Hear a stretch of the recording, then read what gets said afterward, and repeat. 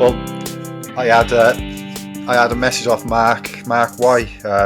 Was it not yesterday, day before, about 2 or 3 days ago, asking when my podcast is going to be out. I said we haven't done it yet because you had a cough and stuff. So yeah, that was it. So when I first spoke to you, I just developed a cough. When was that? Ooh, I think it was the week up to Christmas, 2 weeks up to Christmas, something like that. So I was kind of okay then. I was just like coughing, and then literally every day after that, I just deteriorated. Yeah. So the cough got worse. I couldn't fucking stay awake, so I was just getting bed early every night. And then you think you're better. You think it's passed. Yeah.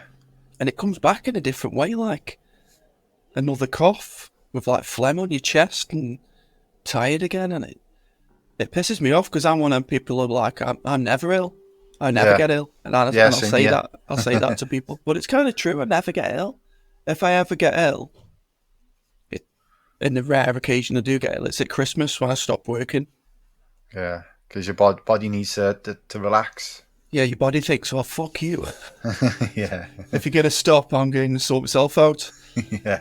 So, but yeah, it seems like everybody's been ill. Literally everybody I know has been ill. Yeah. It's crazy. Same for around here. Everyone's been ill. You know, and like I say, I'm fortunate. Same like yourself, I never get ill. Yeah. Never had flu in my life. So. Oh, I've been ill, but it's very, very fucking rare. Like, I probably had flu 15 years ago or something. I've never rarely get ill. I just suffer with migraines, so that's a trade-off, I think. Is that a common thing? Do you get that a lot? I used to get it a lot. I used to have like 3 or 4 a week. Fuck. I used to work with a bloke and he got something called cluster headaches or something. Yeah. I felt dead sorry for him because that would happen to him while he was at work. Yeah, I've done it. I've worked through it as well. I was on medication for a few years, but I stopped taking it. Don't they know what it is? No.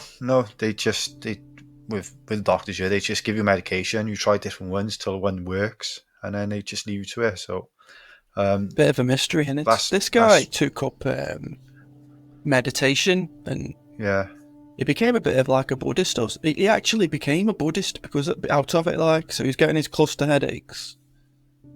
And then started meditating. Or was he doing that before? Maybe before I knew him. But I worked with him for a few years and he became a Buddhist. It's really interesting. Yeah. It's amazing how people's lives like sort of pan out. It's interesting to me because if I was ever going to do a religion, I'd do that. Yeah. That sounds like the best one to me. If I ever did any religion, that is. Okay, so we don't really need to do an introduction, to be honest. I've stopped really doing introductions, like, because they're just awkward, because we've been talking for 10 minutes. Yeah. And then we kind of have to say hello again. I only really do it if it's with, like, the one that I did with the lad last week. I did a podcast with a DIY last week. Yeah. So he needed an introduction. He's a really interesting guy, actually.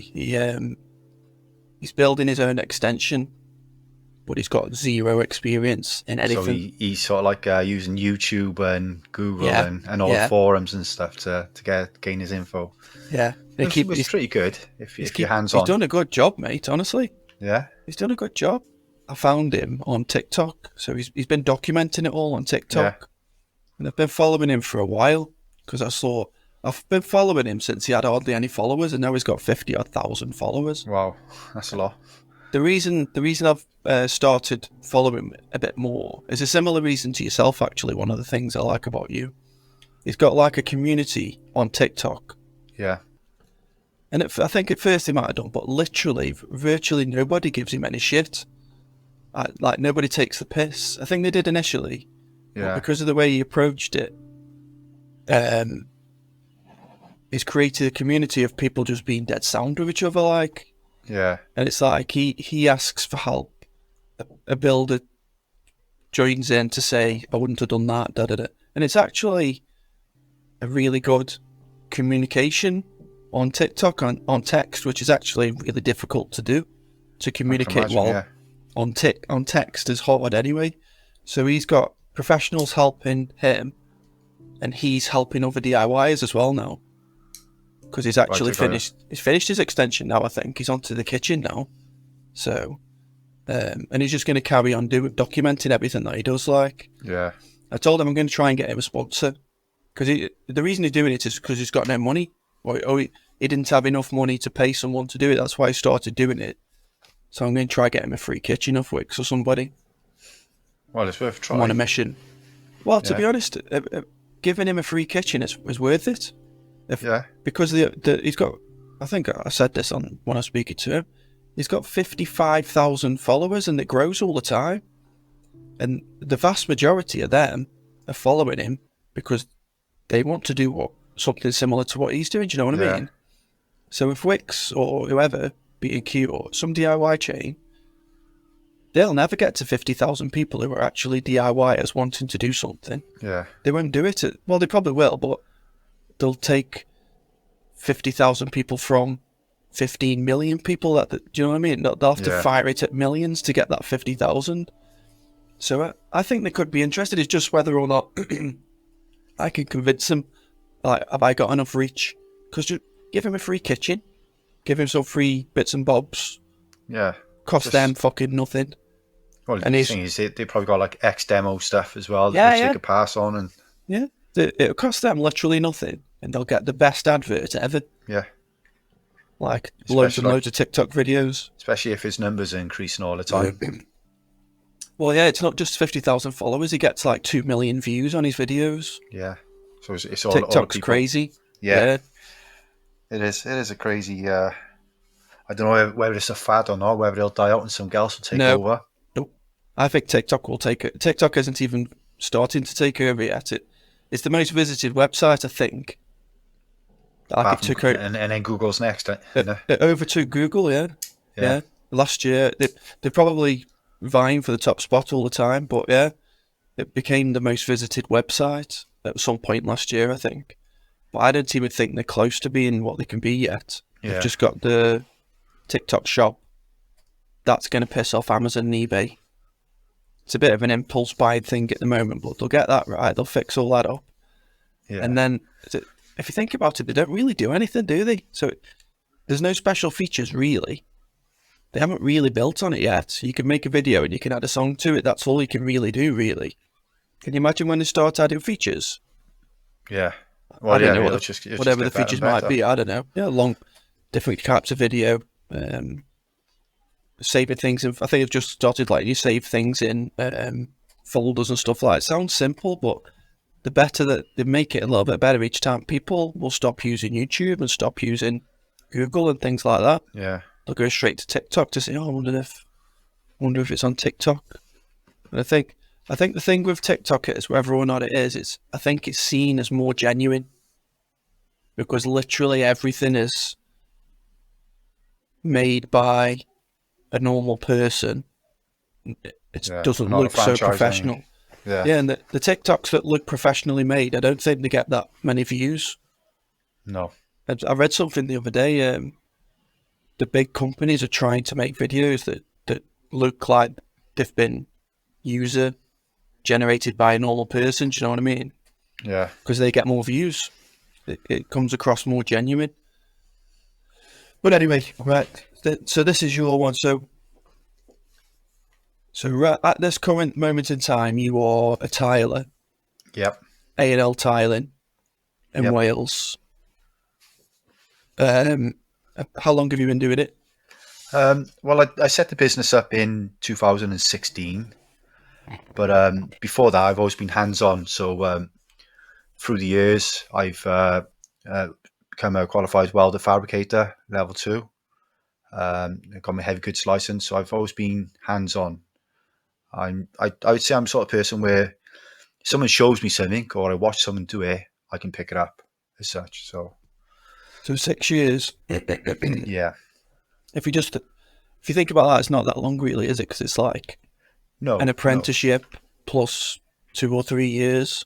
Yeah, exactly. Really, so, but you won't have done it like that. No. No. So we'll get to the tiling bit of it, but you touched on the other things that you do then. So talk us through how you ended up with your own successful tiling business that you've had for 6 years now. So where did everything start for you? Like, where did you grow up? So I grew up in South Wales. So a lot of people, Cardiff, I grew up in. So went to high school. My dreams was to join the army, believe it or not. Never passed my medical for the army for my hearing because I suffer with glue ear. So you actually went? So yeah, I got all the way to Purbright, Wow. done my medical, failed the medical, and then a long train journey home. Is that strict? Are they that strict? Yeah. They might not be as strict now, but they definitely were back then. I thought Yeah. So I thought they'd want you. So your hearing wasn't the best, and no. They said no. Yeah. So they said no, basically, and so No way. I bet your mum was happy about that though. Yeah. I think she was happy because it was something which I've always wanted to do since I was a little kid. You know, I always wanted to join the army. Yeah, I got 2 uncles in ex-army. My auntie's ex-RAF. Grandparents in the army from the war as well. So wow, so yeah, that's like the opposite to me. That's the bottom of my list, mate. Fair play. People that do retire. Tell you what I like about the army. I don't know much about it, but what I do like, I know a lad that used to be a Marine, and I know a few lads that have been in the RAF. I know nothing about being in those. Yeah. I probably couldn't do it, to be honest. It'd fucking kill me. But what I love is the camaraderie that they've always got. Yeah. And I know one lad, he's done 20 odd years, and I'm not sure if he's left or not, but he keeps going back at it. I'm not sure what he did. He was in the army, and the last thing, all I remember him doing is he's done like the Queen's Guard. Yeah. He's done all that. I don't really know what you have to do that, but anyway, he's done that. He got quite senior. Yeah, it all depends what regiment you're in and stuff like that. But he's younger than me, and he's done over 20 years, so he's like probably just turning 40 soon. Yeah. And he's done, and he can retire if he wants, I think. Yeah, I think it's Is that how it works? Yeah, it's 22 years. So if you sign up when you're 18, bloody hell, by the time you're 40 with your pension, etc. So yeah, well, I think he's quite senior now, so I think he stays in. He does all right with it. Yeah, some people do opt to stay in. Camaraderie is the thing that I love about all that. Like even when they've left, they'll literally do anything for each other. Yeah. I guess that comes with living so close to each other and day in, day out as well. So that was that. So I couldn't get into the army. So where you lived, was there like any industry around? Was there something that people always went into? So where I live in, where I used to live in Splot, is steelworks basically. Yeah. So it's literally living in the shadow of the steelworks. If you Google it, you'll find it like Shirley Bassey, who's born and raised in Splot, etc. That's what you call it, Tiger Bay. Famous steel worker. Yeah. So that was that. So I just went on like being young, out drinking, having time of life. Met the mother of my 2 daughters. So I had my first child, Melissa, when I was 18 in 1998. Wow. So I thought I needed a job. So went to a job centre. Well, actually, I want a job centre. No college. No college. No college. Because I was so focused on joining the army. Yeah. So I went to the job centre. It was like, well, it wasn't job centre. It was like Career Wales, something like that. So I seen an advert for a yard person. So applied for that because obviously child on the way, need to get a job and a wage. And so I when I applied for this job, went there. It was for a scrapyard, like a non-ferrous scrapyard. At the time, it was called Sydney Rogers.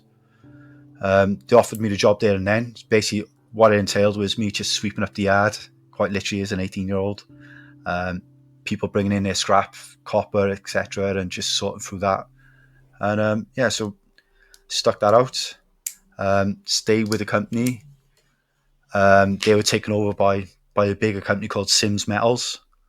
And yeah, I was with them for, I think it was around about, I'm just trying off the top of my head, I think it was about 13 years. Stayed in that industry. Wow. So from there, from starting, chopping bits of copper and sweeping up the floor and stuff like that, they transferred me over to the steelworks side of it, where I was driving heavy goods vehicles. So which was like the dump trucks, bobcats, loading shovels. Then when I turned 21, then they put me through my heavy goods license, so I was driving road lorries as well. So yeah, it was just a really good job. So, and then in 2001, then second daughter come along.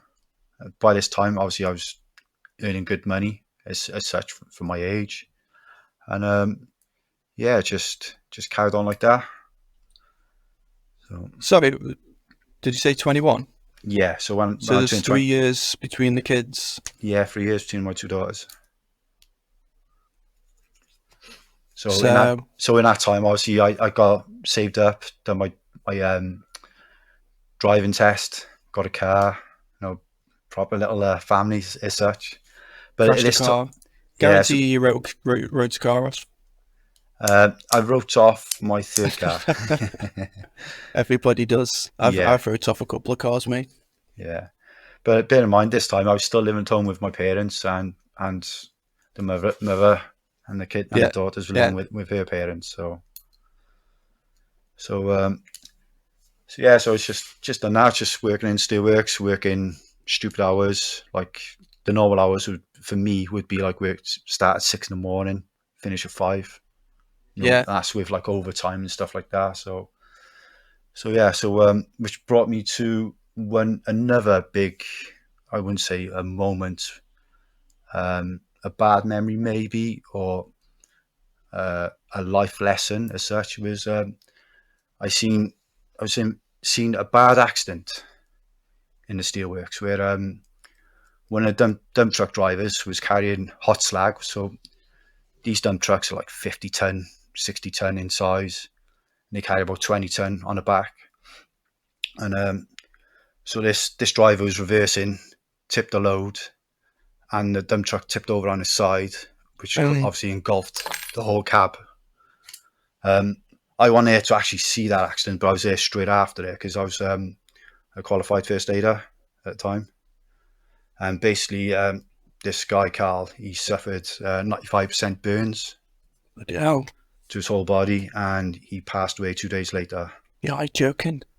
So me being 21, seeing a horror like that, me and it's only myself and one other person who were actually speaking to Carl and trying to calm him down. And Bloody you hell. imagine at the time they wear, like, you ever see those silver suits, those boiler Yeah, suits? Well, there was nothing left. It was just a pair of boots.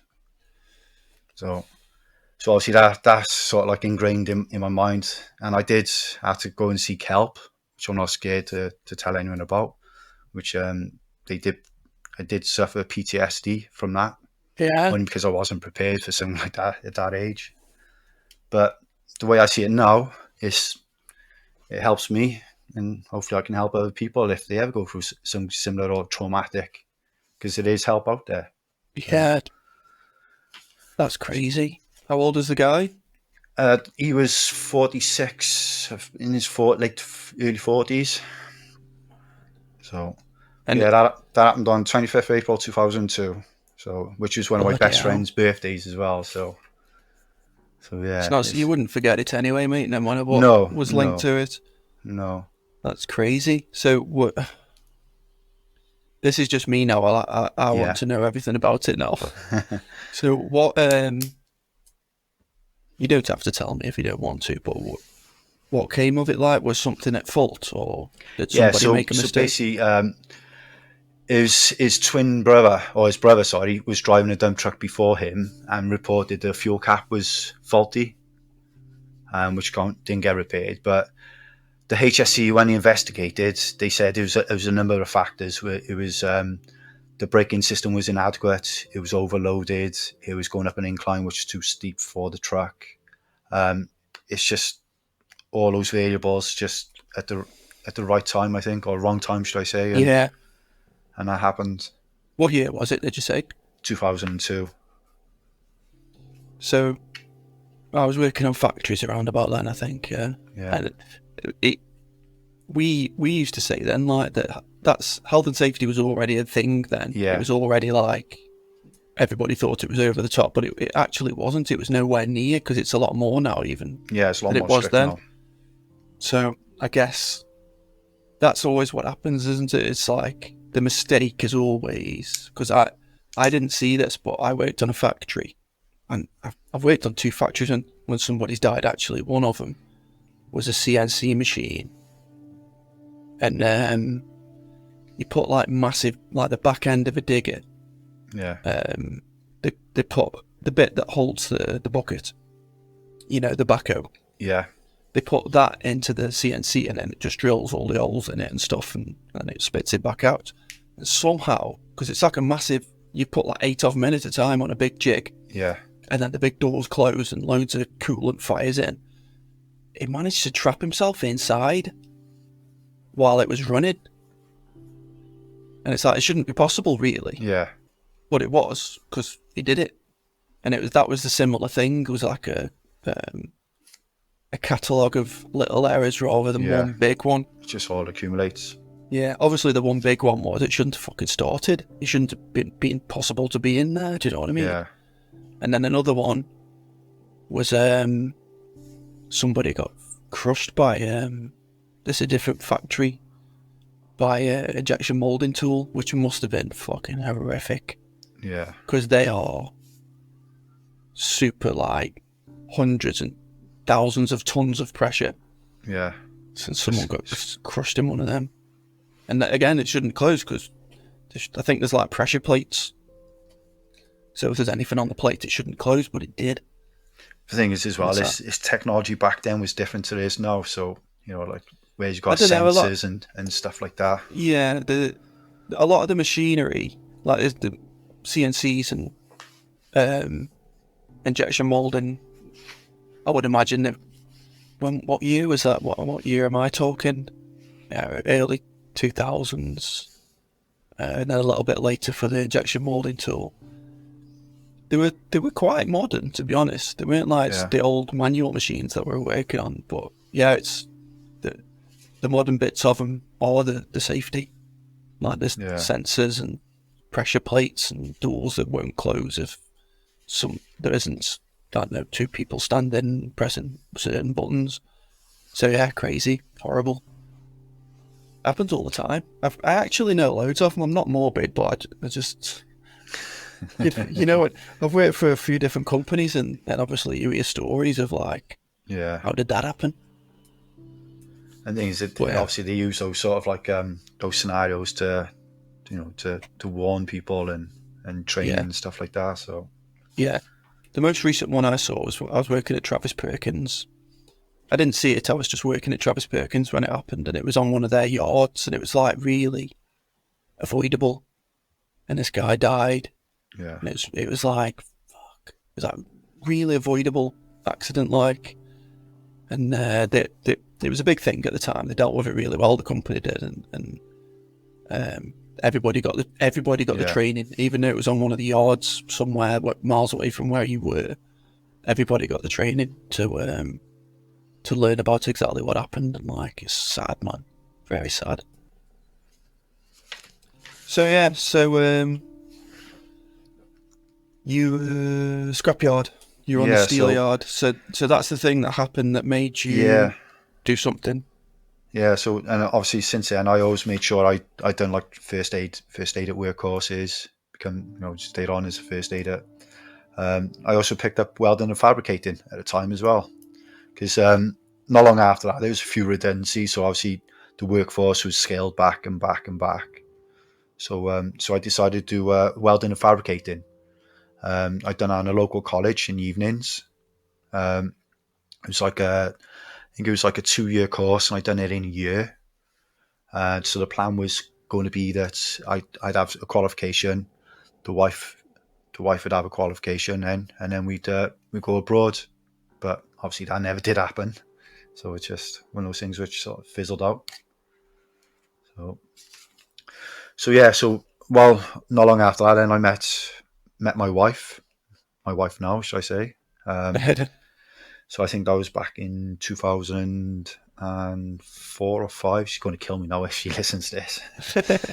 So obviously, yeah. So obviously, I met my wife then, which I was single because at the time I'm PTSD, workload, being young with two kids. It's sort of like didn't work out with the mother of my children.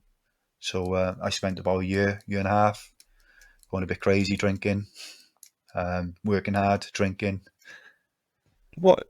Sorry, I didn't ask you what the PTSD side of it. What did you get treatment for that then? Yeah, so the treatment which was given was a thing called EMDR, eye movement desensitization and reprogramming, I think it's called. So basically, I was going for like a weekly visit to a surgery, a doctor, and they'd sit you in a room. It's short story is that it's sort of like a bit like hypnotherapy as such, but it's not. If that makes sense. So I'd done that for a few weeks, and it did help. It stopped the nightmares, stopped the flashbacks as such. Didn't stop the drinking, though. But so this is like no medication. no medication, no. They And did want to put me on they want to prescribe medication, but I didn't want to start down that route as such. So right, you wise probably wasn't a thing then, but now the little bit that I know about these kinds of things, that the treatment is better than the medication. And yeah. So it depends. It depends, obviously. So yeah, medication might be it better for a depends on particular person. it depends on the But yeah, person, yeah. who the doctor as such, or psychiatrist So or whatever you want. what was that treatment then? What do you actually do? So I've never basically, heard of that. it's like the easiest way to explain is they'll sit you down, they would ask you where you feel safe, so that if any time during that sort of treatment you're feeling a bit anxious, or you're having your flashbacks are getting too vivid, they can sort of like reassure you and take you to like your safe zone as such. So at the time, my safe sort of thing was being at my sister's house, sitting on her settee. That's all. That's where I felt most comfortable with a puppy cushioned into me, and that was me.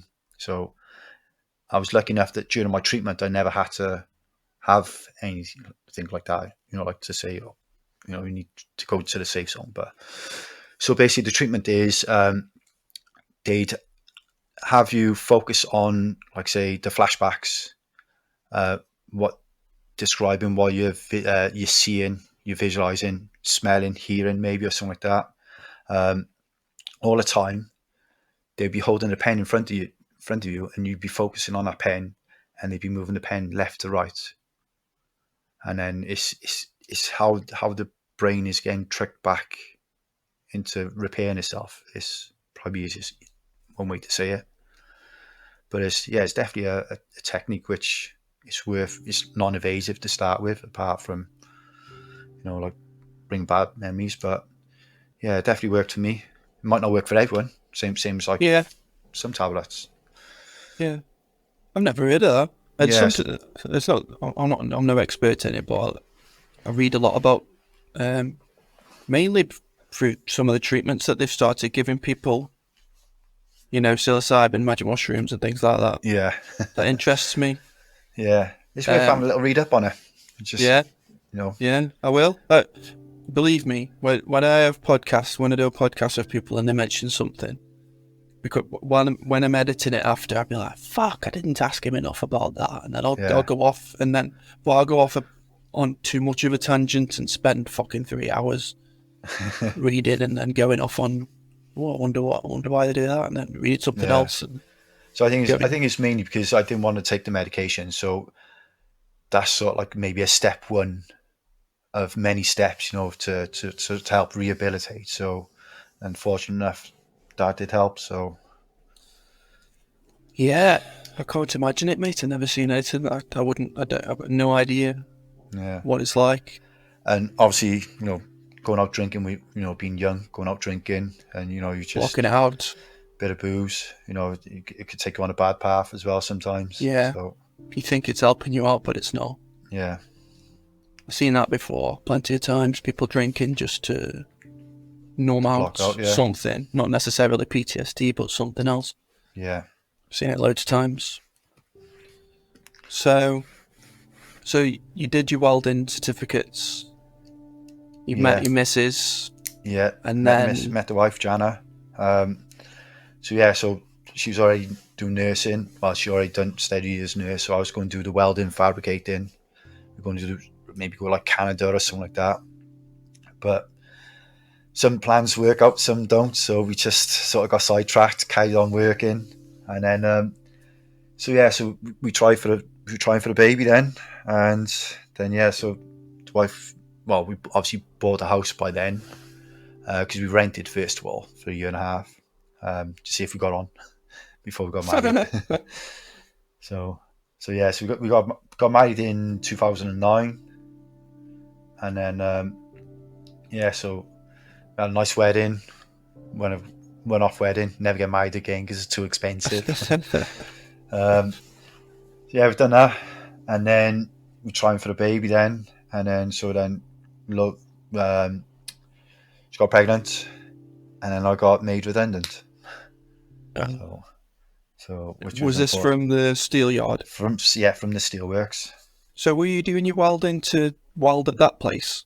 Yeah, so fortunate because I'd done a welding fabricating course because there's welders on site. They would actually work for the company as well, or the subcontracting. So I'd pick up the welding set and be practicing in the yard. I'd be repairing some of the machines as well. So I got plenty of hands-on experience. I did a bit of welding at so I was toolmaker, where you kind of touch on everything, literally everything. And even now, I don't know why, I'll follow like engineering things on social media, and welds come up now and again. I'm always impressed with a nice weld. Yeah. Or if someone's welding some mad material, they're like, wow, fucking skilled job, man. But so what they've basically done is when I was working in Cardiff on Roverway, it's a shredder yard. So basically a car goes on a conveyor and just gets mulched up into little bits of metal, and it all gets separated through different conveyors. So they built another shredder in Newport, which was 20 miles away, something like that. But I was on the dock in Newport Dock. So once they built that, they basically shut down our yard then. So that's how I got made redundant. Like I said then, baby due. So I had a bit of redundancy where I'd been working for so long. So I played golf for quite a bit. And then I've done some work for my friend. He was trying to set up his own little business. And then, Logan was born then in April 2012. Yeah, 2012. Quite funny that everything, we're about the same age, but every date you're giving me is 2 years before it happened to me. Yeah. So you got married 2 years before I got married, and then your first kid was born 2 years before mine was. Yeah. It's weird. Yeah. 2 years of what? I'm going to have to speak to you after to see what happens to me in 2 years' time. Yeah. Give you a heads up, is it? Yeah. So Logan was born in April 2012. Still didn't have a job at the time. So I was chatting to my uncle, who he'd been working in the asbestos industry for most of his life. He travelled all around the world, training people in Russia, places I've never even heard of before in my life. So he got me on an asbestos course. Got a job then with a local company doing asbestos removal. While I was doing that, then they also done a scaffolding side of the business. So me having my heavy goods license, class 2 license, helped because then I was driving the trucks as well as doing scaffolding and asbestos removal for this company. So I got a bit fed up for that because you follow rules and regulations, and then you get contractors coming in doing totally opposite and endangering your health because obviously asbestos is so dangerous. Yeah. So I got fed up with that. So I was looking for a new career. So at the time, we were living in our first house. The neighbour was an electrician. So I was got friendly, chatting to him. I was like, I want to get out of that industry, and I want to get a trade as such. So I was looking. I think at the time the smart meters, they were sort of like coming out. So I was like, I might try and do that. And then he was saying, you got to go to college, you got to do this, got to do that. He said, well, why don't you do tiling? I said, what do you mean? He said, well, you're pretty good at it, because I've already, in this time, I've already done lots of tiling for people, like friends, family. It's like an electrician try and stitch you up. Go a bit of tiler, sound. Yeah, don't take my job, become a tiler. Yeah, exactly. So then what I've done then, I've done a bit of research, looked for courses, training centres, forums, etc. Then I found a training centre up in, it's a Hartlepool. They're based, UK Pro Tiling, I think it's called. Yeah, their name comes up quite a lot. Yeah, so I spoke to Darren and Tracy, put myself onto a 9-day course, drove up, done the 9-day course. I was fortunate on the second week that it was just me and Darren on a course. And so I had a little bit more hands-on experience, I suppose, and more information drummed into me, like the business side of things. So yes, I literally done that course, come back, and within a week I'd had the business set up, and I just left the other job and went straight into tiling full time. 6 years ago. 6 years ago. And you on your own? Were you on your own straight away? Yep, on my own straight away. Didn't have anyone to. The only person I could get advice off was Darren from the course. Yeah. Didn't get in touch with any local tilers. Just went straight for it. What were you doing? What type of? My first job was an uncalibrated slate floor. Bloody hell! Oh, I wasn't expecting you to say that. So I was just about to say, every time I ask somebody this question, that it they always say a splashback. Yeah, that's because it's kind of, I don't know if it's because it's just a confidence thing that's what they'll quote for, or it's just. I think it's because it's like a smaller area, and I think it's like if they've been on these courses, I think it's drummed into them that splashbacks are quick and easy, and it's just like you said, it builds their confidence. Yeah, I think it's also the kind of job that they can win when they quote for it. Yeah. The other more difficult stuff, they might not even get asked to look at it. Do you know what I mean? So how did you find that then? Uncalibrated slate floor for your first ever job? Very tough, but I managed to do it, lucky enough, and so it's just been onwards and upwards since. How did you do it? What? So you're really interesting to me because it's no apprenticeship. Yeah. Just a course. And then basically you've taught yourself for 6 years to get to the point where you're at now. Obviously over the last 6 years I've had obviously advice off other off other guys and girls, shall I say.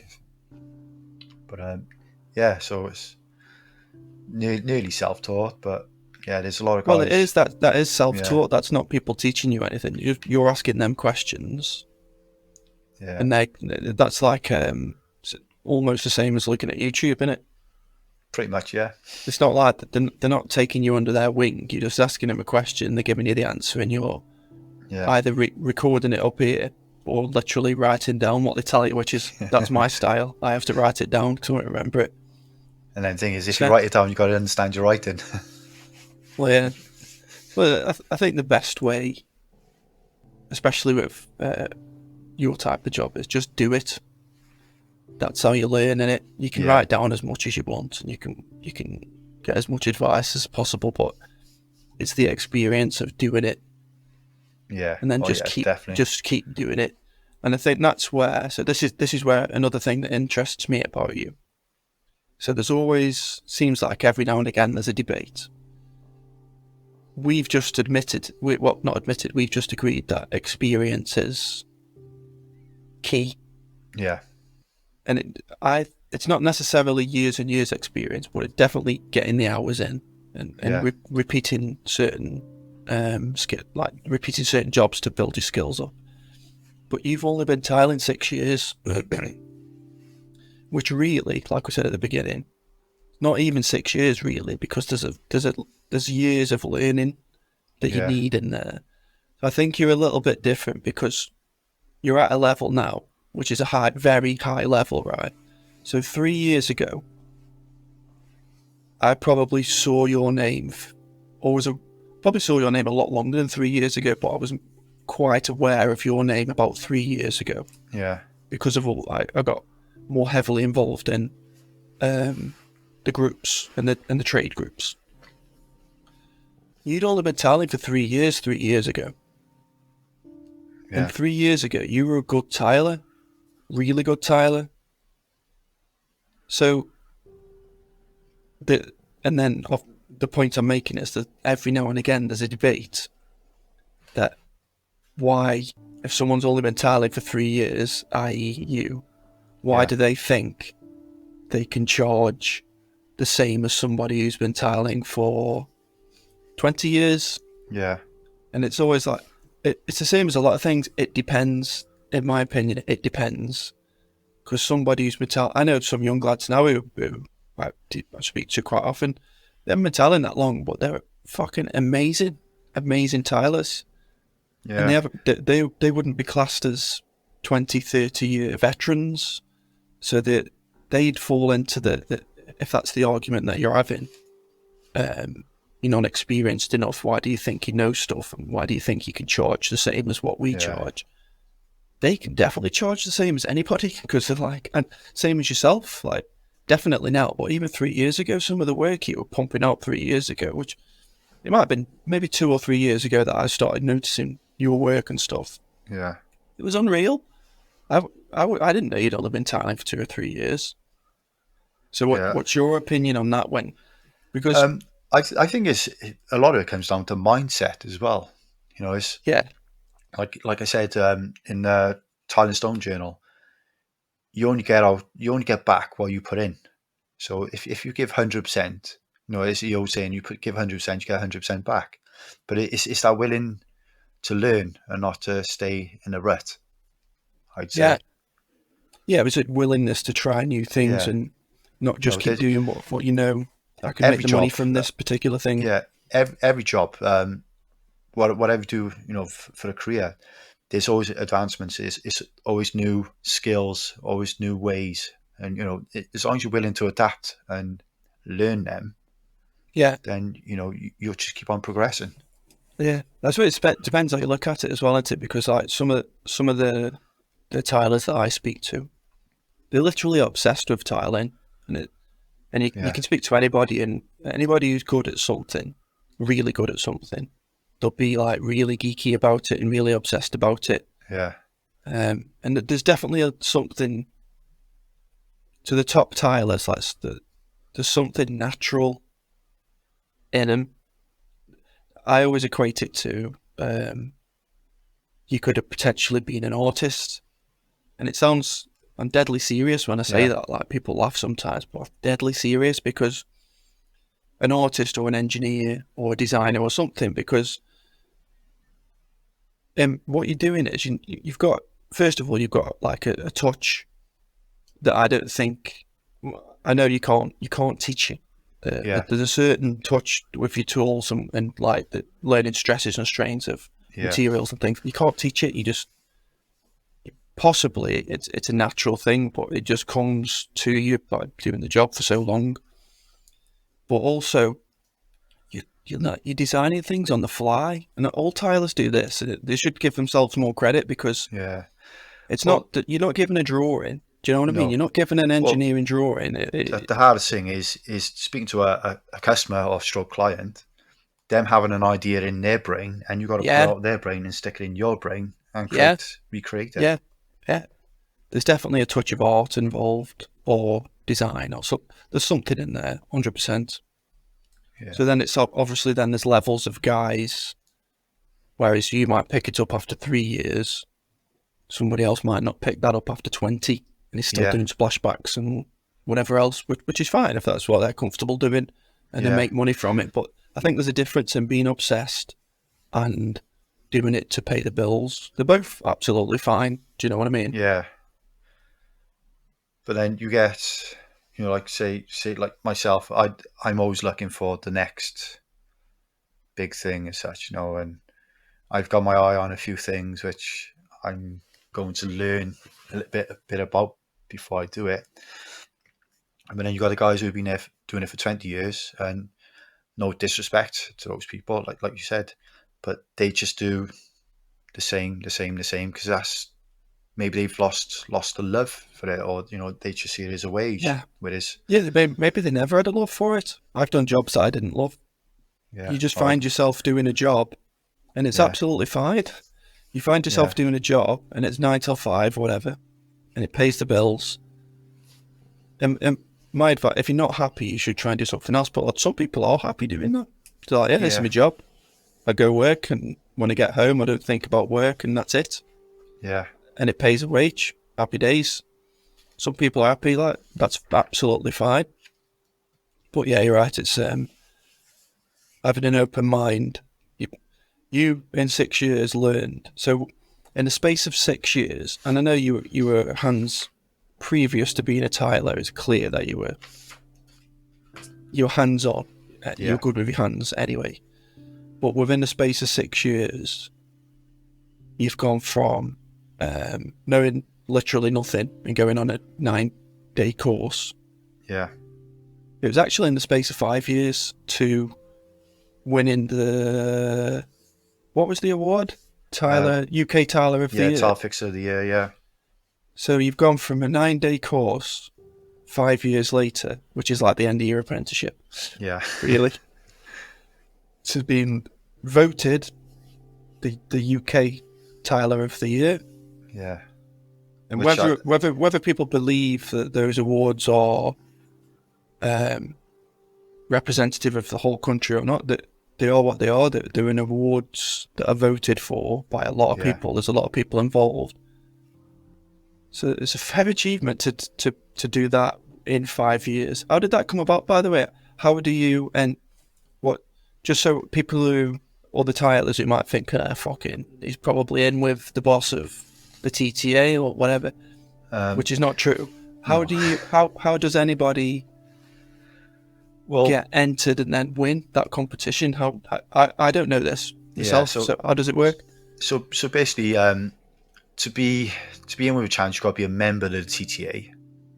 So, say for example, the project, which was say the current project I'm on now, like Schluter and Ultra are part of that project, and Fila as well. They're all using it as case studies. So if I wasn't a member of the TTA and they put this project forward, then they would win it. But my name would be mentioned. But because I'm part of, I'm a member of the TTA, then that means that when they put that forward, then they can put you forward for a different category. Yeah, it's my name being put forward for different category, like best project or something like that. Yeah. So basically, so you either nominate yourself or people nominate you. It goes to the TTA. Basically, they have a big list of entries, and there's, I got to get this right because otherwise I get in trouble if I don't get it right. So as far as I know, it goes in front of a board. They go through all the entries and they make a short list. Then the short list then goes public. So it's mainly, so you got the committee is sort of like 1 point, for example. Then you got the public, advertisers, etc. They will do the voting, and then it'll go back to the committee then, and then it'll be narrowed down, and then it'd be like on. So on the a point voting is system. literally the public, not even TTA so members. It's like a lot of people a member and I voted. Yeah. So no, it could be anyone. It does help that you can put your try and get people to vote for you. That does help, but it's not all about the public voting. It is in front of the committee, manufacturers, etc. So that's just part of it. But it's a long process. And then obviously then they shortlist it, and then obviously on the night then they announce who wins. Yeah. So So basically, the answer is join the TTA and then get involved in, or try and get involved in some decent projects with some of the bigger brands that might be members of the TTA as well. yeah, that could help, but it's not always necessary. It's Joe Blogs could be just join the TTA. He could just have a really nice bathroom he's done himself. He can nominate himself, and Yeah. because it's got the wow factor, and people see how much work has gone into it, and respectable, etc. Then he could win. It's not always just about having a manufacturer or a brand Yeah. as well. So Yeah, so I was wrong, basically. You don't have to get in with anybody and talk no, out my arse. no, it's So, but literally just your work. the job, so they chose a specific job, or was it just like a general, there's a bunch of jobs? It was a couple of jobs. So it was a couple Yeah, of that photos. award's different, into it's not like a best project or best So whatever. like if you had best project, it would be just a summary of that project, etc. So and then photos, and obviously any other information you're going to give as well. Yeah, so I guess they were judging you from the year previous, really. Possibly, yeah, possibly. So you won that award after 4 years of being the Tyler. Well, 2 years prior to that, I was asked from a manufacturer. I won't say the manufacturer because even though the guy don't work there anymore, but for 2 years solid, he was like, "Why don't you join TTA? And we'll put you forward because your work's really good, etc." And I was like, "Yeah, I'll join." And then after conversation, and I just forget about it and get sidetracked. But then I had a customer who become like a good friend, and he's like, "Your work is really good. You should be pushing yourself." And I think that was the push to join the TTA, and then it went from there. Yeah. So I think a lot of it was I didn't have confidence in myself of how good my there's a work lot of was that. in comparison to others I see. Yeah, there's you get that, but that's social media again, because I speak to Tylers all the time, obviously, and the work that you see on social media, it's only ever going to be that particular person's best stuff. Yeah. But also, and I didn't say, I mean, I wouldn't post anything that looked bad. They'll only post stuff that looks good. Yeah. So then people who I speak to a lot of, because obviously I want people to post what they're doing with my product. Yeah. But a lot of them won't, because they're like, no, because it'll get ripped to pieces. And I don't worry about that shit. I would rather see if you have got anything that needs critiquing or improving on, because how's anyone ever going to improve if all they ever see is like the best of the best of the best marble fucking. Everybody makes little mistakes and needs to improve on little things. So I prefer to see those ones that get conversations going. But what they're worried about is getting slagged. And this goes back to the guys who've been doing it for 20 years. They've always done it one way. Yeah. And because maybe they might not post on social media or etc., then they'll always do it that one way. And if they post it and some say, "Oh, why don't you try it this way?" Yeah. Nah, don't be silly. Go on, try that way. Yeah. And then they do it, and it's like, "Oh wow, I didn't realize I was quicker or easier or something like that." Or always open to suggestions. I am always. Yeah, I think when someone's been doing something for so long, that's unfair actually, because some people don't like this. I think it's to do with maybe being open-minded or not. It doesn't matter how long you've been doing something for. I think, so this is just my theory, right? Yeah. So yourself, for example, you've been your own boss for a long time now. Yeah.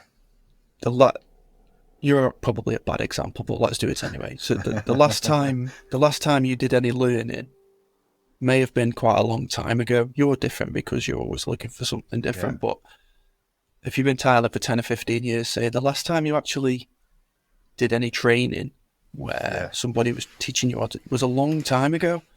So now if somebody's posting something on social media that's different to the way you do it, or it's a different product or something, difficult to say. Actually, I don't know. I haven't got a clue what you're doing. And then you get like, in some people like Billy and show me, but I've got this theory that some people say they would rather say either nothing, or they've got this like knee-jerk self-preservation reaction as to say, what's that? Looks like a load of bollocks. It's got to be shit. That thing that you were doing that I don't know about has to be shit. And then they'll start saying it looks shit. Yeah. It can't work. That won't work. That's not enough. And that's not because they're not a very nice person. I think it's like, I can't think of the right word, but it's easier to say that than to say, I don't know. Yeah. I need to learn about that. Because they've been the boss for so long.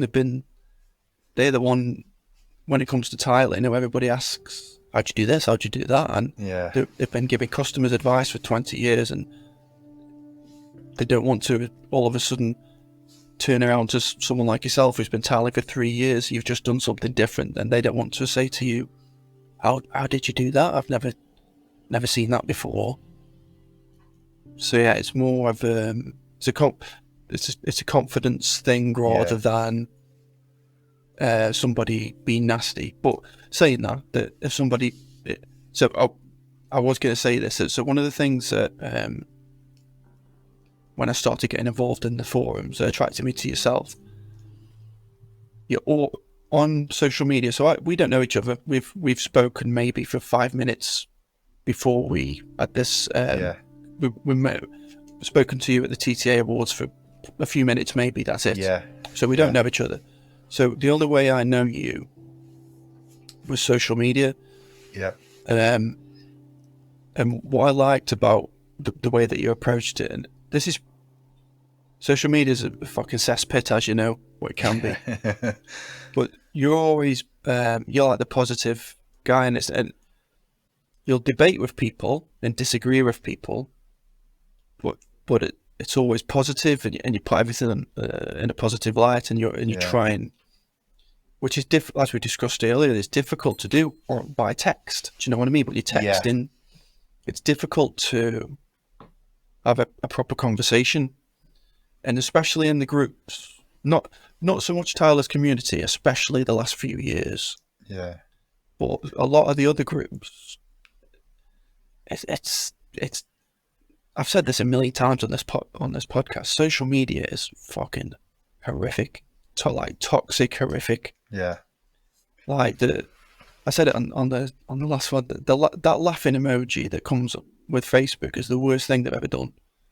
Because what's it for? I know, obviously, funny joke, but nobody uses it for that. People use that to be a bully for literally everything. Literally everything. I've stopped following a lot of things on Facebook, right? But it suggests things instead. So it'll suggest a story about Harry Maguire, a story about him plays for Liverpool, who hasn't scored from Nunes. Yeah. And it's not like the only reason that story exists is for people to take the piss out of him, because they know it'll get clicks and comments and likes and whatever. Or it might be an actress that looks weird, or everything about it's toxic.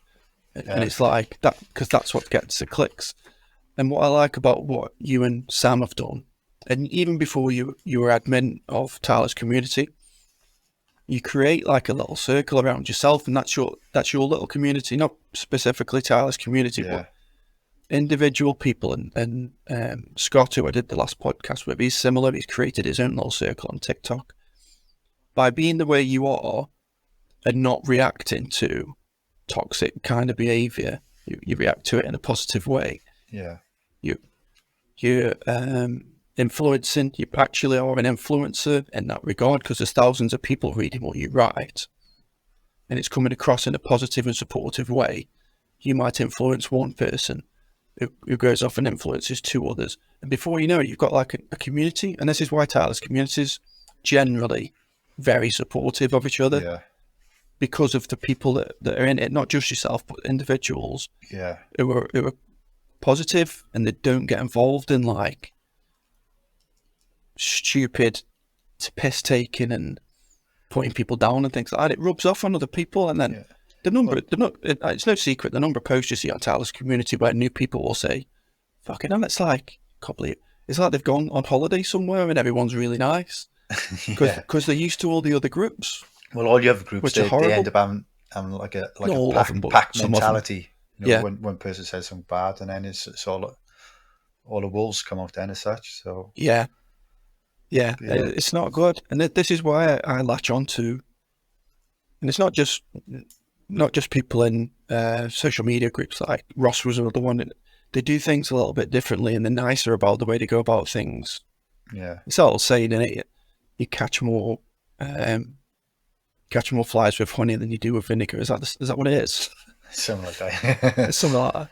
But basically, just be fucking nice. There's no reason not to be. Yeah. Well, like, there's no reason to be aggressive, or do you know what I mean? Yeah. One old saying which I've gone through life is, it's nice to be important, but it's more important to be nice. Yeah, cool. And that's one. The thing is, right? So, if I give you an example of me, what I do in my job, and I've been on the other side of this, by the way. So when I was a buyer in automotive, that kind of world, because you're working for the big company, and the whole culture of the place is to bully the supplier. Yeah. So bully the supplier, get year on year savings, fucking go and visit them, time the production line, make sure they tell you how much everything costs, and you become a bully, like in a professional way. Yeah. But I've changed it. Like I was never that way, but in that environment, you had to be to get results. But the way I look at it now, right? So if I'm dealing with somebody, let's say I'll try and make up a scenario. Something happens, delivery doesn't arrive for whatever reason. The delayed shipment from China, whatever. Yeah. And then one of your customers immediately go on your case, because this is what they think. If I give him loads of shit, he'll get it done more quickly. It won't. No. So you've got what you've worked yourself up to give it the big one, to try and bully this person on the other end of the phone or whatever. You've got absolutely nowhere, because there's nothing you can do about what's happened. And actually, when everything does resolve itself, you're at the bottom of that person's fucking list now. Yeah. Because why are they going to deal with you? Do you know what I mean? It's that kind of, and that's when I say you catch more. What's the saying? I'm going to have to Google it. Get more flies with honey than you do with vinegar. Or bees involved in that somewhere, whatever.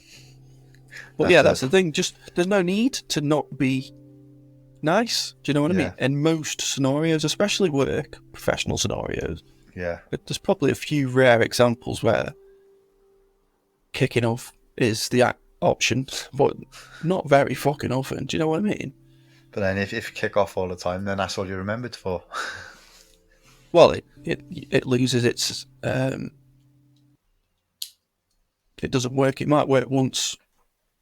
So the first time you do it, it works, because everyone's like, oh, fuck.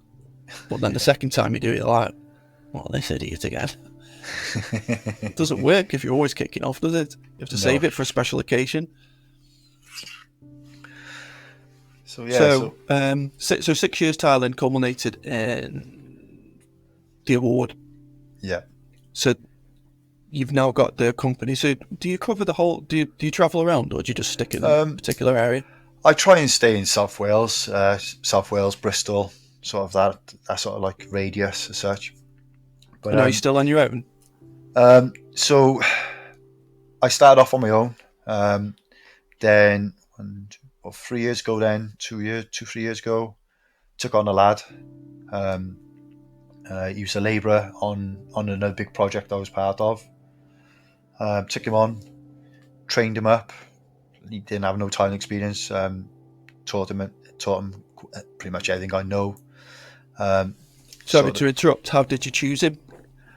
So basically, when I was on that project, he was labouring, but then he'd always be making a beeline to come over and give me a hand, and you should see he was interested. You know, he wasn't just doing it to get away from doing his other like little jobs. He just genuinely wanted to try it out. So at the time, there was plenty of large format tiling going on and stuff like that. So I could have done with the extra labour as such, the extra hand. Took Yeah. him on as such. Sold him my old van. I bought a new van. So his van was kitted out same as mine. Got him a cutter, etc. Teach me everything. And then about a year ago now, went a bit quiet just before Christmas because we were on one project which was sort of like we had to stop on because of the client.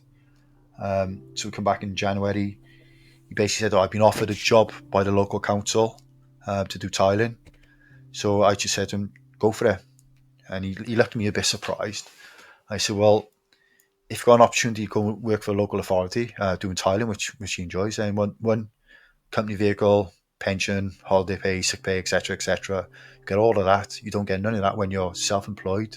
Man. So he said, "Oh, what about all the tools?" I said, "Just keep them, keep it all, because you're going to need your own tools when you're working for like for local authority." And just all the best, like so. And then that was it. I didn't hear off him for a year, and he literally just messaged me just before Christmas to Ah. borrow a cutter. Ah. Do you know what I was? Do you know what I was going to say? I was going to say he'll be back. Yeah. He'll So get sick of doing same kitchens for the council all the time. And yeah. So when I spoke to him before Christmas, he said, I said, I was going with the job. He said, "Nah, I was doing more um, sort of like labouring work than actually tiling." So he's actually set up on his own now. So fair play. I thought I so told you he'd be back. I was right. yeah, such yeah, yeah. So all of last year, for 8 months on my own, and then sort of got asked another labourer off that same project, which I had the kid working with me for. Got in touch with him because he was running his own business, doing like plastering, building, etc. And I was like, "Oh, I got a job coming up. Do you fancy give me a hand?" And so I got him on site. I got another new Tyler to the industry, helping me on the job as well. So I think he's had about a year's experience, maybe 14 months experience tiling or running his business. So I invited him to this project, just give him some experience on like large format and larger scale jobs as such. So yeah, so You're that's lucky it. about the sounds of it. You've had two apprentices and kept them both. Yes, as such. Most of Yeah. the time, I speak to people, they struggle big time to find an apprentice. Well, that goes on to what I'm trying to do now. I speak to a local college in Cardiff, and I'm trying to make a day where I'm free, where I can go down and see and speak to all the students and just basically tell them what a Tyler's life is really like. Because no offense to the tutor probably haven't tiled in someone's house for the last 10, 15 years maybe, or however long they've been a tutor. Yeah, Things change, methods change, techniques change. yeah, So like they might be teaching the kids, "Oh yeah, you go out there, you can earn X amount a week. You only have to work so many hours a week." But as I'll come along saying, "Well, actually, you're going to work from this time to that time, but then you'll be on social media. You'll be looking to to get on courses or go with yeah, manufacturers doing their free training and stuff like that." So yeah. That's really good. So is there a so tiling course? So they're actually doing a tiling course. there's actually a college in Cardiff which Yeah, teaches so I meant tiling. sorry, a Yeah, tiling curriculum, not a yeah, tiling course like what you did. I mean, like a yeah. college course. Yeah, there is an actual college course. So That's I good. actually spoke to the tutor back last year. I think it was in the summertime, and then he's going to get back in touch with me to arrange a date. And I've messaged him a few times, just waiting to hear back off him. So yeah, While it would definitely be helpful to them. I guess they've got all kind of age ranges. Are they all kind of school leavers I think they're all school or leavers. So because better? you mentioned about like, oh, you ever want to have an apprentice? So I'd love to take an apprentice on. And Yeah, funny enough, talking about apprentices. So a little bit of a tangent. So I was nominated for Screwfix tradesperson of the year last year as well. really. So one of the interview questions was, no, if you would you take on a male or a female trainee or worker? And my answer was, well, if it was me, I'd go to the college, watch them all, and whoever I think or looks, works the best, I take them on, whether it's male or female. I said, I do agree there's not enough female tilers in the industry, which I think there could be more, but that's another story for another I know time, a little bit suppose. about that. So it's changing rapidly. Yeah. Can I remember the figures? So I got the figures because I wanted to do a podcast. Well, I was going to do a podcast. I forgot the figures here. So women taking up the tools, because it really interested me when I started looking into it. And it's very small. So it's like a very small percentage of tilers are females. But the growth, the way it's growing, is huge. Yeah. So it's changing rapidly. And I wanted to, I'm not a woman obviously, but I wanted to speak to a female tiler to say, why is it changing rapidly? Like, because that's the information I can't find. Like, why is it changing rapidly? It's interested in it. Because, I suppose with all the trades, like a plumber, you always think male dominated, but you get more female plumbers. Yeah. Which specialise in maybe call outs where, the homeowners are female and are more comfortable having a female plumber than a male plumber because different scenarios, etc. But same with electricians, it seems to be more. And I think with social media as well, like with TikTok, what's the other one now? TikTok, Instagram, yeah. Well, because it's more glamorous. I think that's drawing more people into the trades. I think I can't remember who I spoke to about this, but I think social media is making people better tilers, making not just tilers, better trades in general. Yeah, and I think obviously more pride in it, more pride. Well, people are seeing it and thinking, "Wow!" And then obviously that people are very generous. Well, a lot of people are very generous to say, "This is how I did this." Yeah, and then people who can visualize, "Oh, I've got those tools. I'll go and have a go at that," and then. Before you know it, they're picking tools up and they think, do you know what? I'll go and be a plumber. Fuck it. And then they go and find everything else out that they need. And through social media, I guess they can ask questions and nice people will respond and say, go and get this qualification or give them some advice. That how do you actually pick up on particular trades? Where do you start? So yeah, I guess a lot of it is going from social media. Yeah. It's one of the good things about social media. With the forums as well, like Tyler's community is positive. 100%. Yeah. The on social. This is what I mean. What I was saying about the circles. So on social media. So social media, in general, the ones that everybody kind of uses. Everybody uses Facebook of a certain age. I'm sure there's some social media that I've never fucking heard of because I'm 41. So it's like when I speak now, I'm talking like an old person. So Facebook, Instagram, TikTok, blah blah blah. Yeah, they're all horrific on the Like if you just visit Facebook, it's horrible. Or if you just visit Twitter, it's fucking horrible. But if you get in a group, if you find a good group, this is the good thing about them. So find a good group, or follow good people who've got like little communities that follow them. That's when it gets good. And this is what I was saying, that the bigger companies who they'll post adverts and stuff on social media, but that's not really where it's at. Where it's at is the focused groups of like a few thousand or somebody who's got 100,000 followers or whatever. That's where the opportunity is for the businesses. I don't think there's anything wrong with saying it's an opportunity for the businesses because it's a focused group of people who are focused on a particular trade or whatever subject, and they're generally nice places to be. Do you know what I mean? Like the groups, the good groups and the good communities, they're nice places to be, and that's where all the help comes from that we were just talking about. Yeah, all the niceness. Yeah, Out, it's good. it outweighs all the badness on it.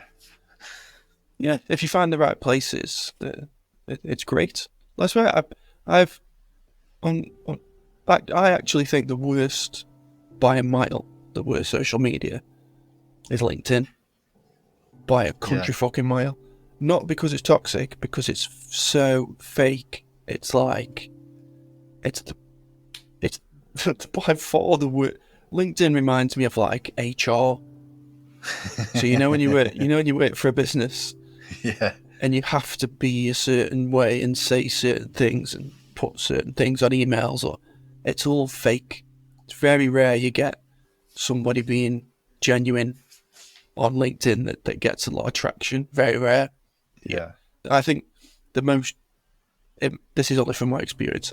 As I say, I'm sure there's other areas of the internet that I know fuck all about. But the most genuine, in my opinion, is TikTok, because there's a lot of crap. Obviously, if you flick through, but eventually yeah, the algorithm will find its rhythm with you, and it'll show you the stuff that you're actually interested in. There's loads of really good stuff on there. yeah. But if you just go and at first, obviously, at first I didn't understand TikTok. 'Cause I was like, what is it? There's everybody just like Just do dancing. stupid dances. Yeah, because that's it. At first, that's what it kind of shows you. But there's loads and loads of good stuff on TikTok. Yeah, there's quite a few Tylers on Loads. TikTok as well doing their little Yeah, videos and yeah, brilliant.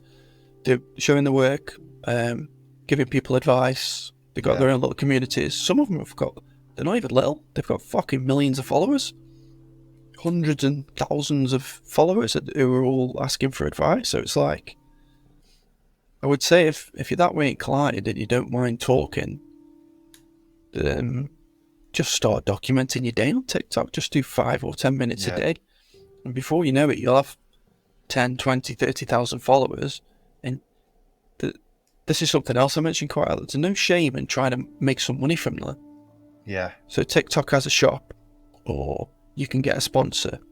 As long as it's not completely fake and you just pump in any old shit, because people will figure that out quite quickly. yeah. If you They'll can see straight through incorporate that, won't something, they? yeah, if you can incorporate something into your social media, like if you're spending time doing something, and if you can figure out how to make money from doing that thing, great.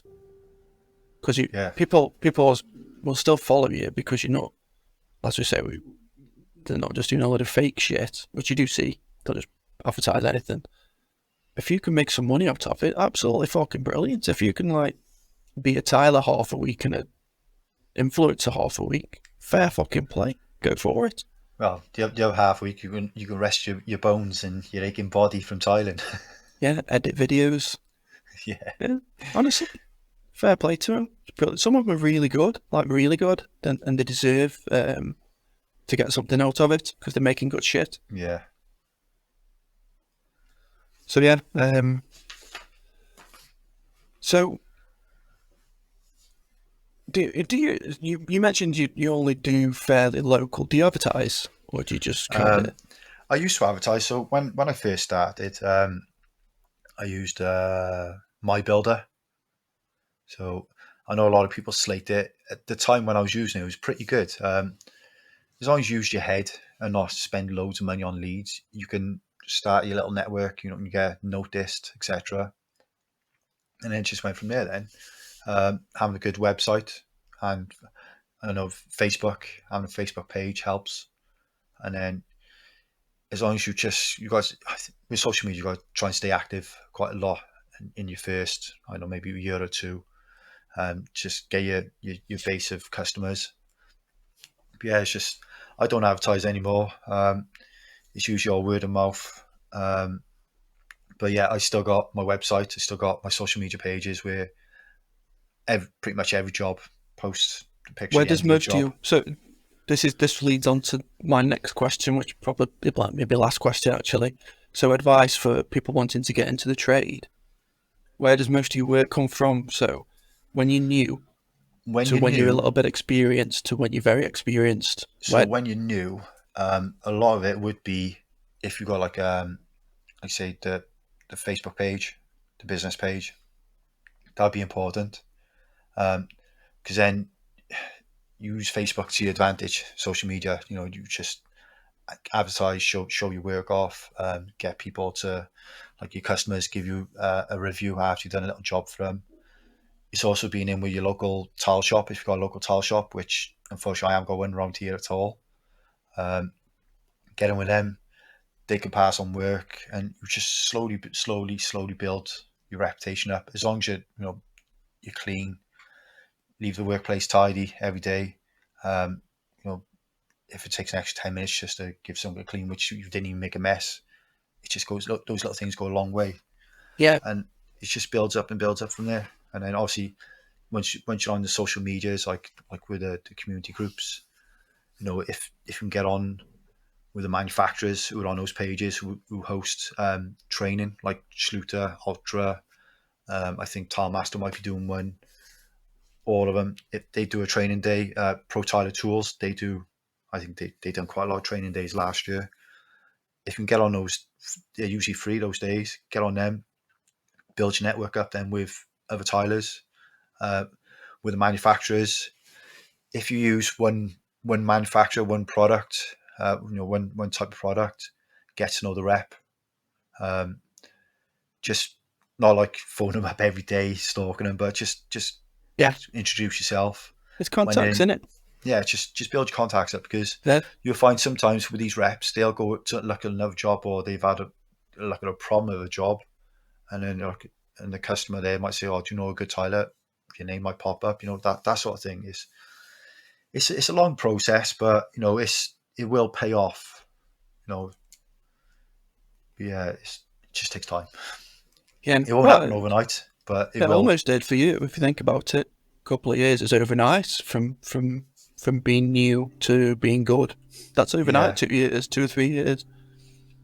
It's exactly what you said before, and be open minded.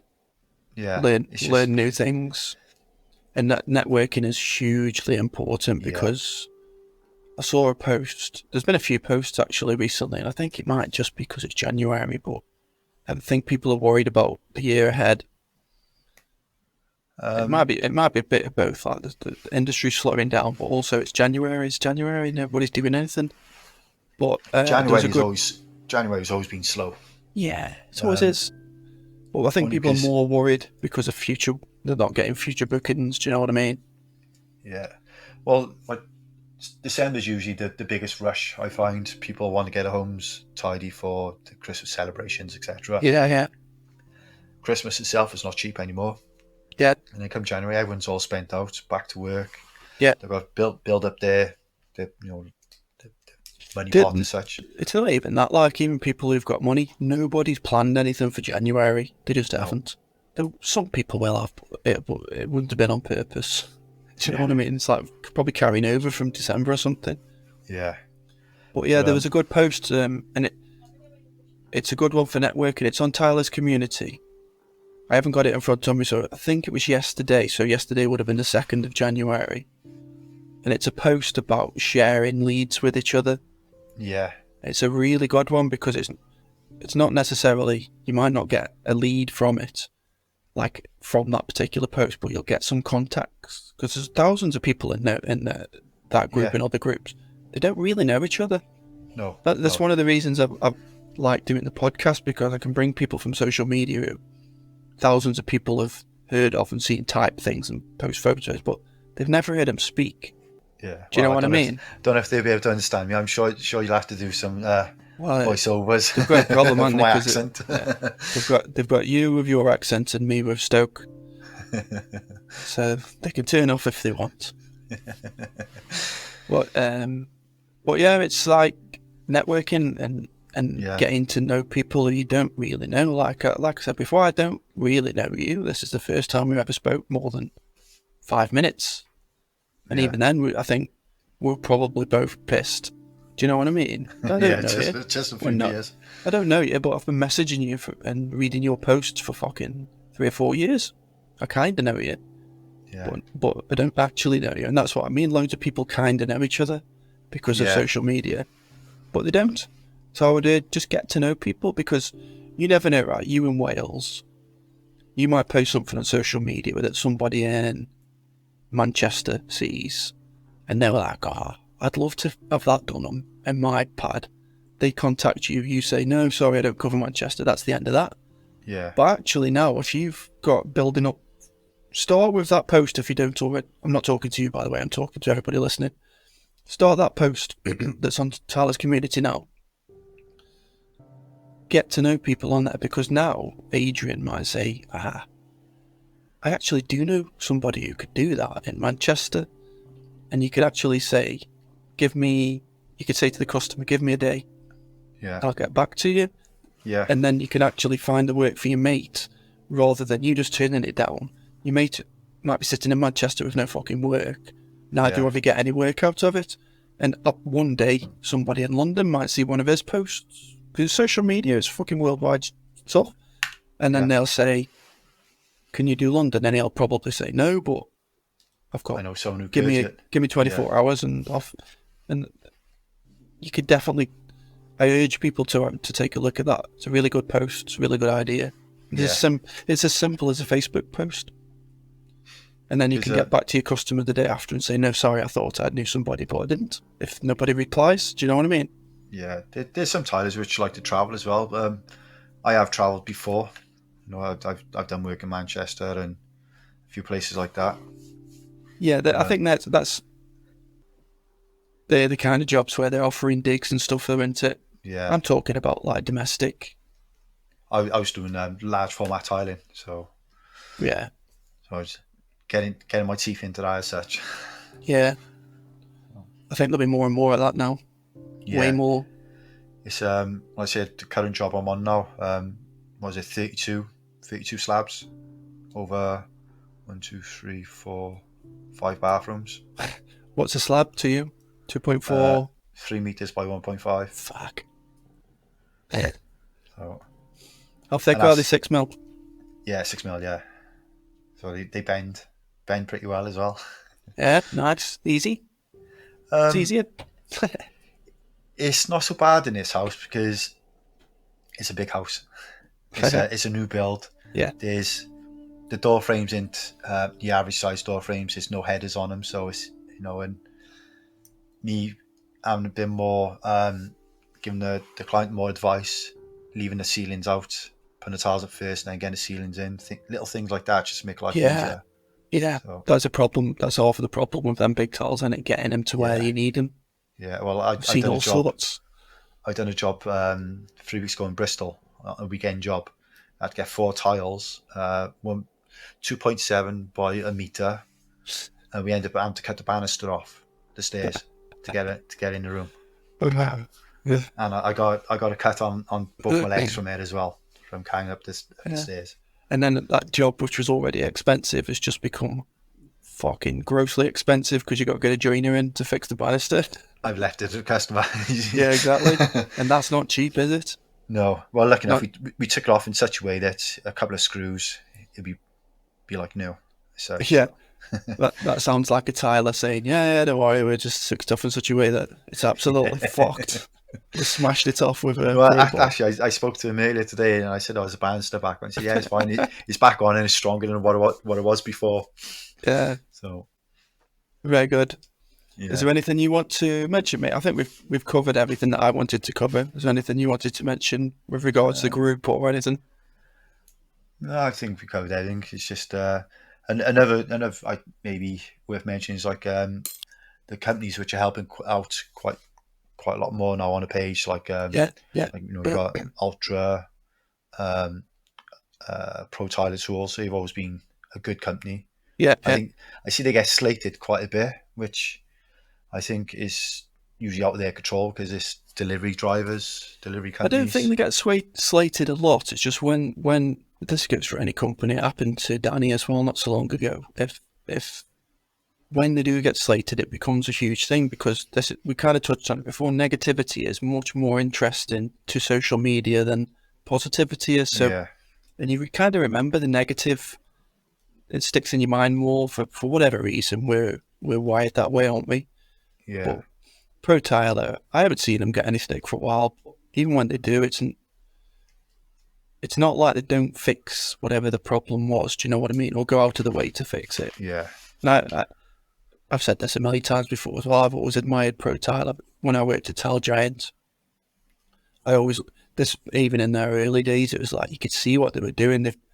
They've created a really good big company actually now, but Yeah, it still has the small company feel to it. So you've still got a contact. Do you know what I mean? You yeah, know someone's name and you can speak to somebody.